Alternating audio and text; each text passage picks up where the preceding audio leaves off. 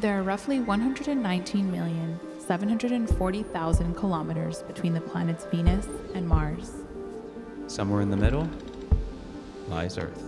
That's one small step for man, I'm the boss. That's a gaslighter. Love bombing. Narcissist. Homemaker. Deal breaker. one giant leap for mankind. If he wanted to, he would. 5 signs of avoidant attachment. You wouldn't consider men and women equal. Houston, we've had a problem. Join us in the space between Venus and Mars. Hello, hello. Welcome back to the space between Venus and Mars. I'm Jessie. I'm Chris. So there has been a frenzy of people talking about this on social media. This idea of having a boyfriend and it being embarrassing. Vogue came out with this article a few months ago now, honestly, and it's like spread like wildfire. Basically, the article is talking about the general trend of hetero-fatalism.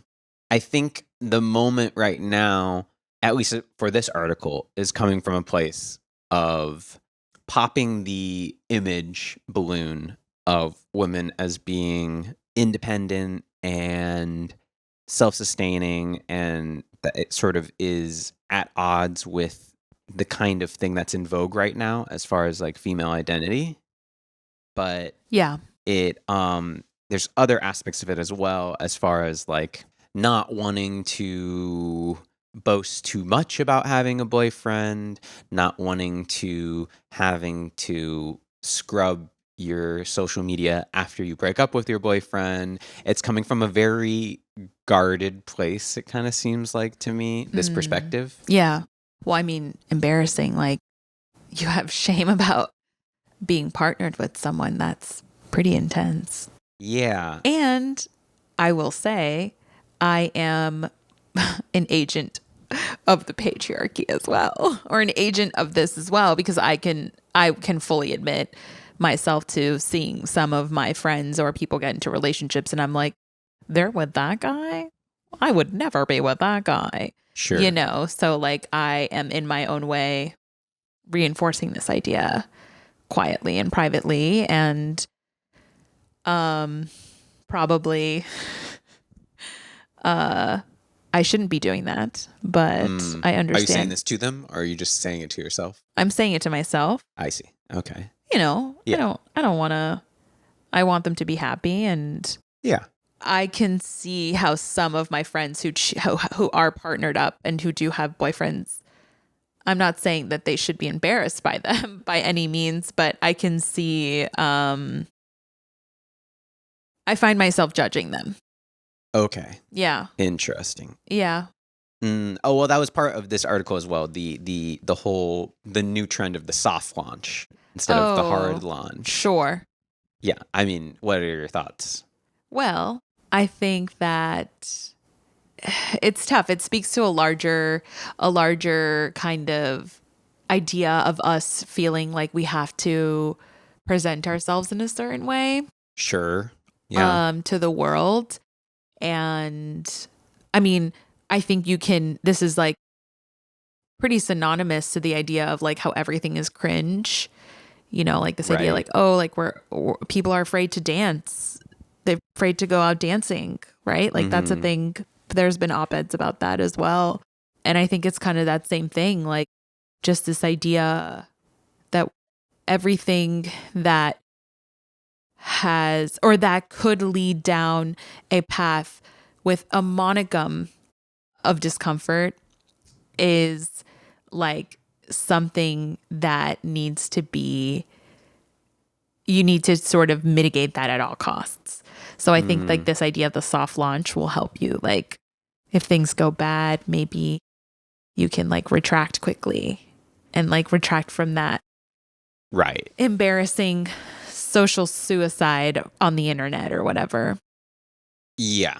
I think that general cringe culture, I think it's just coming out of this whole new concept that I think we kind of were, you know, part of that first wave of like, this is the first, well, no, I mean, I think really it's the people after us, the Gen Z in full, but like their whole lives are archived online now. Like it's all on the record. And I think that's a big part of what's holding them back, I think, sometimes from like feeling like that they can make mistakes even or whatever. Right. It's like everything's online, so everything's archived. So there's no opportunity for a restart if everything is just written in ink on the internet. Which I don't think is necessarily true also. I mean, Yeah. people kind of do it both ways. I mean, you can just archive all the posts. Listen, if the Paul brothers can come back, Logan Paul, you know those boys? Yeah. Not to dig up whatever they did in the past, but it was pretty bad. Look it up. If they can make a comeback, girl, you posting your ratty ass boyfriend and then you break up with him, I think you'll be fine.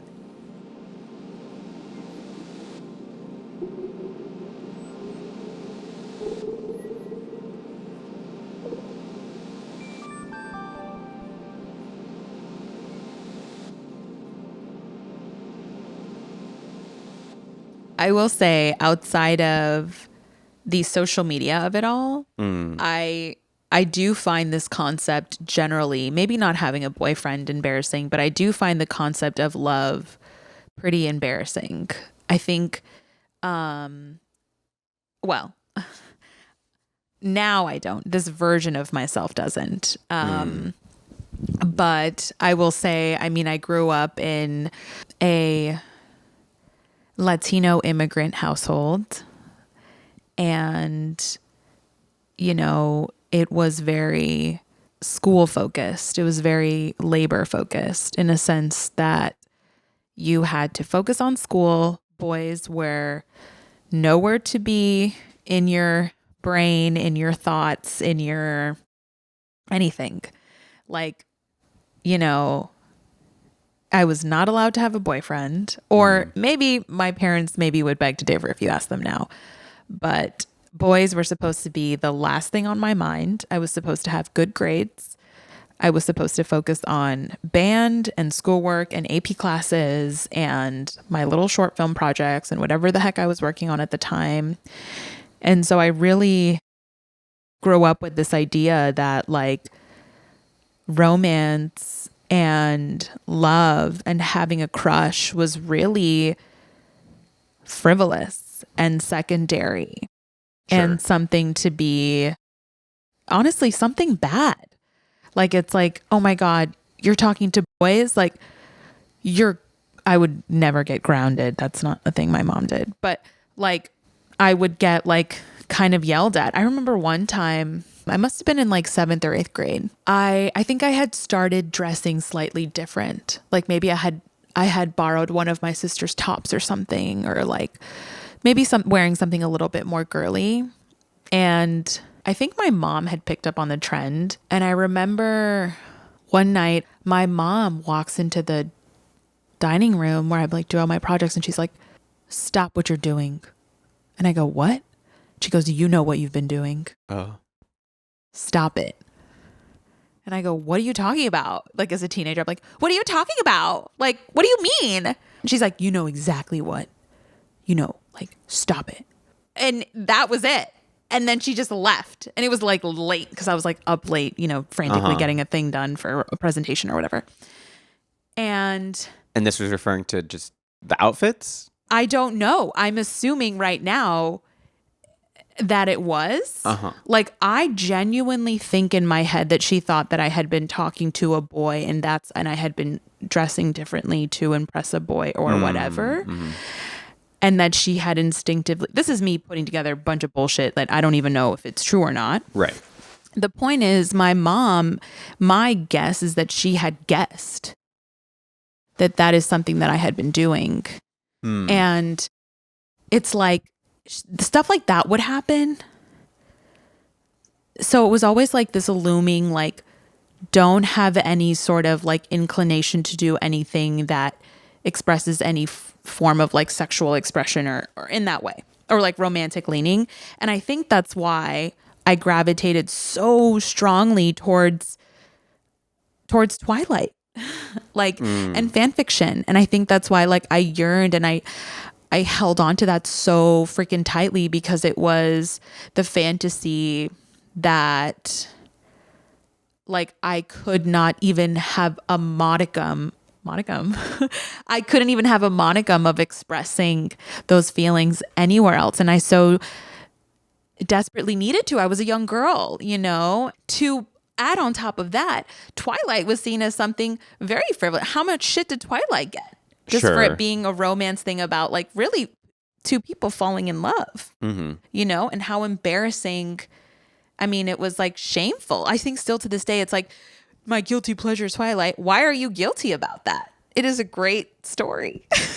I mean, it's so fucking problematic. You know, we can talk about whatever. Sure, but the point is, it's like expressing desire and expressing, and it's like a story of like people falling in love. Oh, sure. You know? I mean, I think we're going to probably get into this at some point, but I think that there's a huge relationship as far as like culturally the death of the rom-com being tied to the death of love. I think we're in a post-sincere society at times. Ooh. As far as like the Yes. way people want to relate to each other. They want to do it through layers of irony. They want to do it through with a layer of protection over their heart. And I think that that's a big piece of that, is like us shying away from these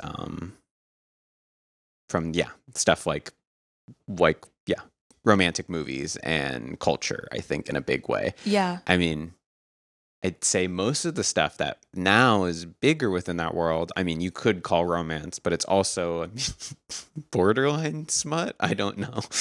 Oh, but heated rivalry. Very big right now. Sure. People want to feel something.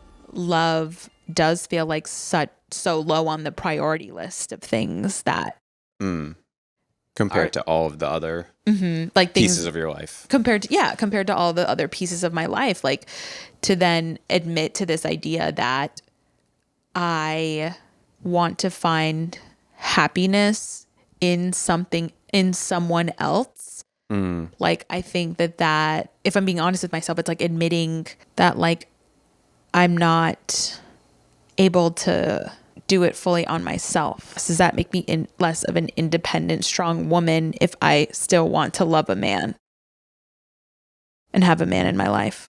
That is still very, very ingrained in me, that the upbringing. And I mean, it's the reason why it took me years, and I mean years, the better part of my 20s to get over my breakup with my boyfriend. Like, I just had so much shame surrounding the fact that I even put myself in that situation, and I felt like such a failure. I felt like such an idiot, and also too, it's like it felt like such a situationship for so much of it too. Like, it was like, were we even together? I don't even know that I wanted this, and like it just, I think it took me, first of all, it took me like 3 rounds of therapy to even like get over it, or to even fucking talk about it. But like, yeah, like it just felt like something so incredibly shameful that even happened to me. And it wasn't until I was able to like be like, wait, like this is just like a human thing that happened, not like something that I did wrong and should be punished for and continue punishing myself for, that it was like, oh, that's when I started to move on from it. Sure. And so you think that was it this one thing, or you think it was a very cumulative thing across all of your upbringing? No, it's all of it. I feel like I constantly had it reinforced in me that it was like, focus on your career first, love will come later. And like, this is not like how many story we hear, many women upon women like say this constantly, Like, Right. you know, and then meanwhile, you have these career girlies who are like going on endless date after date after date. And like, I sometimes wonder when I talk to my friends if who have that similar background, are they approaching dating with this with some sense of latent shame in that process, and that's why perhaps they're having trouble finding someone that they connect with. I don't know. That seems like a big question that you know. Like, you think the shame is holding them back from what? From taking the bigger risk with someone? From Yeah. Okay. Like, it's like this guy, and that's why the constant thing where it's like, this guy didn't do this enough, this guy didn't do this enough, this guy didn't do enough. And it's like, okay. Like, does the love have to be perfect for it not to be embarrassing? Right. I don't know. Like, does the man have to be perfect so then loving him won't be embarrassing? Because if he's an imperfect man, how shameful. That could be it. Is that too much of a hot take? I don't know. I don't think it's a hot take, but I think it's, yeah, again, I mean, you get into so much stuff with that as far as like, who are we comparing ourselves to now? All of our social media now is like half celebrities and people who have Facetune or cosmetic surgery, all this stuff, how that affects the standards of us all. I mean, there's also just, I think, a tenderness, around the whole, man keeping thing and this kind of ingrained idea of the incompetent man child, that I think women have a strong aversion to. So I think with that, they're going to not want to post something unless it is an objectively perfect thing, I guess, like you're saying. I mean, on sitcoms in the 90s, it would just be every week you have a new boyfriend, girlfriend, and like you just tell people what's going on with them, and then, they're gone the next week or something. But like, what is the No, my mom says this all the time. She's like, all your friends that get so embarrassed by these guys breaking their hearts. My mom's like, it used to be very cool to have your heart broken. You'd have a guy, you date him for 2 weeks, and then things wouldn't work out, and you say, well, there's another heart. You know what I mean? Like, there's another guy in the line of men that you date or whatever. But there's something to be said about not opening ourselves to just even those negative experiences. I think that is becoming a huge thing. Like, I mean, that's a piece of stuff that I forgot about how calloused some of that stuff became for me. Yeah. Whereas like I had a pretty bad batting streak in high school and college where I asked out, a dozen people and they were all no's, and that's just part of the deal. And that was in that period of time before I was like, wanting to do apps or anything like that. So I just college? Yeah. Oh, okay. And my college I was like, surely you weren't doing apps in high school. No. Oh, okay. But like my college was like the size of a high school. So like I felt kind of embarrassed at a certain point because it felt like, I was like but wait. dwindling down my options and I kept getting rejected every time. But I think that that's also, part of the experience that made me figure out what it was I wanted out of a partner was to reach out to these people. And maybe, it was disappointment every time, but like that's again the heartbreak of the week that shapes you as a person. Right. But okay. What? I'm realizing my like feminazis coming out in this Okay. episode. Sure. Go for it. Okay. I just feel like you were never in a position to where you felt like these girls weren't good enough to like be with you. Right? What do you mean? Like, I think that's the issue that a lot of this girls and where this articles and this idea is coming from is like, we as women feel like we've done so much and like work, whether that's work on ourselves or perform in the workplace or like have a beautiful apartment or organize social functions and do all this, whatever it may be. And so I feel, I can't speak on behalf of all women, but it's like finding a partner that's equally matched in that skill set, or not that specific skill set, but like any skill set, any skill. And so I feel like to find someone who can equally match that, I don't want to say like level, because I hate that, but it is to some degree like kind of like a match of energies and like outpouring of the self into the space around you, your environment. So I feel like our starting lines are sometimes different in that way too, where it's like you are like, okay, I'm just finding someone who's compatible to me. Sure. Whereas like I feel like women right now, or like when we talk about this idea of like having a boyfriend isn't embarrassing, are even questioning if someone is even eligible to apply for the position, which, oh, this is so fucked up, because even to even make that comparison of applying to a position or applying to like a job, Sure. it's like, you know, that's the patriarchy, that's capitalism, like the microchip in my brain, like activating, being like, this person has to whatever, because we need to make like an economic decision of getting married, like whatever. Yeah. But I think that that's kind of the invisible wall that women run into. So like in some ways it's like we are speaking on two different planets, because like for you it's heartbreak of the week and you like trying to get, well, I feel like in the same way like love is embarrassing, whatever, like where you're flexing this muscle where you are getting used to rejection, like practicing the art of rejecting and getting down, getting knocked down, getting picked back up, all these things. And I think for women it's like even double-fied, like amplified, because it's not only rejection, but it's rejection from a guy that really should I even be dating him in the first place, because he wasn't ever good enough for me anyway. Do you know what I mean? Yeah. I think that a little bit, I guess the caveat to my story is that is pre-apps. And I think that the post-app world has changed that dynamic, where now you are looking at it through like filters, and you are looking at it, I don't know, looking at it much more in that sense of what aspects they're meeting me or not meeting me.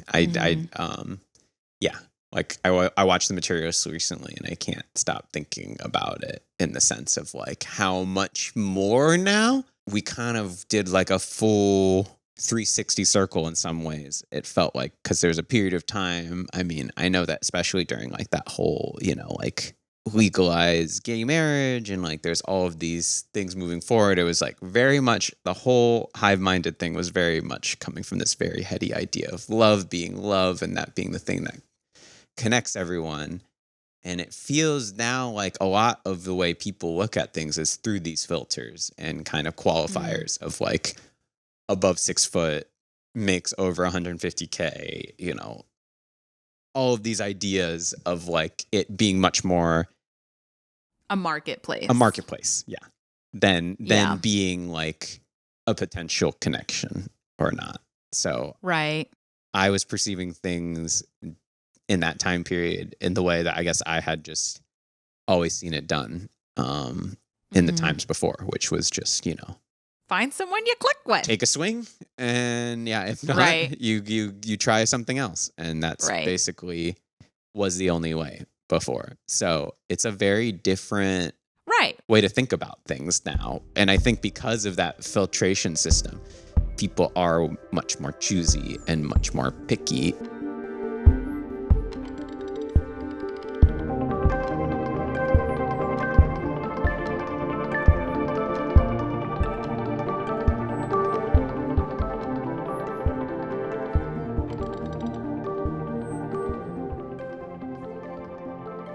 Before, the way we used to date was in social, you know, friend circles, or mostly proximity. Like you talk about girls that you asked out on your college campus. People would date, you know, the farm over or the family over, or in some cases within your family, you know. You chose whoever you could within the options that you had available to you. And you know, then it became like this, that's where like romance comes in, where it's like, oh, despite all these options, like we connect in this way or whatever. Right. And like now it's like, because there's more choice, it's almost like if you choose wrong, it reflects on you even more poorly. Yes. It's like mhm. in the same way, it's like we want to curate our feeds, we want to curate our image, we want to curate our brand, our grid, or whatever. We want to curate this person that we can choose that accurately reflects who we are. Sure. So we're trying to look for like this perfect other half, quote unquote, whatever, right? Other half that will accurately represent who I am. Yeah. Well, I mean, yeah. And if it reflects poorly, and if I chose wrong, how shameful. Right. Shame on me. Right.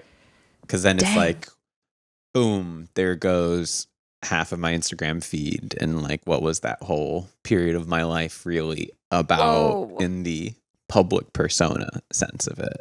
I Yeah, still I don't see. even know how I feel about that as a concept, you know? Archiving. Archiving. I think it's kind of bullshit. But you meet people now that are like, that is like the barrier to entry for them. Is like, you still have pictures of them on your Instagram. Girl, Chris, you cannot have photos of your ex on. That's like, oh, come on. Like But explain this to me. archive that shit. But Archive explain that this to me, shit. though. Explain this to me though. Then you think Why you shouldn't have pictures of your ex person on your Instagram? if theoretically what we're saying, like this whole thing we're talking about, Yeah. of like your online persona now being more real to people Yeah. than your real life persona, then we're just going to compartmentalize everything that's inconvenient to telling the story of our lives, and we're just going to hide everything that made us the people we are now. That's a really dystopian idea to me. And I understand where people are coming from when they say that you need to archive. And again, I've archived that stuff. But it's a really weird thing to me. Okay. I like what you're saying. I like your radicalness, and I do want to live in a world where all of that stuff is fine. And also I can't help but feel so incredibly threatened by a boy if he still has his ex-girlfriend on Instagram if I scroll far enough. I mean, I try and be the better person, whatever that means. Like, Sure. you know, right? That's what is better, what is worse. And not scroll too far down and give people the benefit of the doubt. But it's tough. I mean, this is where I'm really warring with myself. Well, yeah, I think you're kind of justifying this article right now then. I mean, Because listen, I'm not it sounds saying like you're now kind of saying like, I'll just post the photo of the hand on the steering wheel, but not I the listen. face. I opened up this conversation saying that I am squarely a part of the problem. I am not denying that I am not part of the problem here. Okay. This is just an episode where I'm going to have to take the L and recognize that I am not in alignment here with the mission of this, of what we're doing. And I mean, I don't even know if it's in opposition. No. Well, I mean, right. But I mean, I can say that I'm open to a new reality that accurately and authentically expresses the wide range of our lives. Like, you know, having a past and having photos from that past and having Instagram be like this like documentation of our lives. However, that's like not what Instagram is though. Like if it were to be a vehicle and if in its purest sense, if that's still what it was, Sure. like old Facebook. Sure. I mean, that's the But thing, that's is not it's- what Instagram's it's being used as a warped into tool something for. else. Yeah. Yeah. Like it's being Now it's like to curate the brand of yourself. exactly. So it's like Which is why I hate it. if the brand of yourself is still if the brand of yourself still has photos of your ex on there, like I don't know. That's what you want to push out to the world. Like I really struggle with that because I think for me it's like a sense of I would like to know that I'm starting on a blank page and a new slate with someone. Mm-hmm. But I also know what you're saying. The reality is like that's impossible. It's not like they have a whole new brain and a whole new set of cells in their body that don't involve them being with the other person. Like, I know that there's baggage, but it's like, I guess to me, it's the equivalent of like having photos up on the wall of that person. Sure. I was just about to say, I mean, that's an interesting thing right there, as far as like if you're talking about like in your apartment having those photos up, that would be a huge red flag. Yeah. Like you go into someone and it's like on your fridge and it's like, who's this? And it's like, oh, that's me and my ex-boyfriend in the Bahamas on our 3rd anniversary. Yeah. And it's like, what? But I think that this article is really targeting, I guess, as far as like if it's putting a finger on the pulse of anything, it is the person that like every, 2-3 years just cleans house. And it's just like all of a sudden their grid is completely empty. Right. And then it's like they're just starting a new personality now. And it's just them building out a new thing, which I think is just more of the way people use, I guess. It says, Instagram now. Yeah. Which again, I don't think is a bad thing, but I do ask myself all the time, is this the thing that is cultivating this embarrassment around this all? It's aiding and abetting it, for sure. It's not helping. The idea that like everyone will be looking at it under a microscope, and that's the way that you view yourself, presenting yourself to people, is through the most self-critical lens, because I don't know if that anyone's going to see each other as their real selves then, in some sense.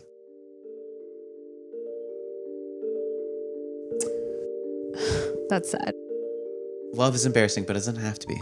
Love is embarrassing, but it does not have to be. Well, thank you for listening to The Space Between Venus and Mars. I'm Chris. I'm Jessie. Please rate, subscribe, and comment wherever you can find us. And we'll see you next time. Bye. Bye.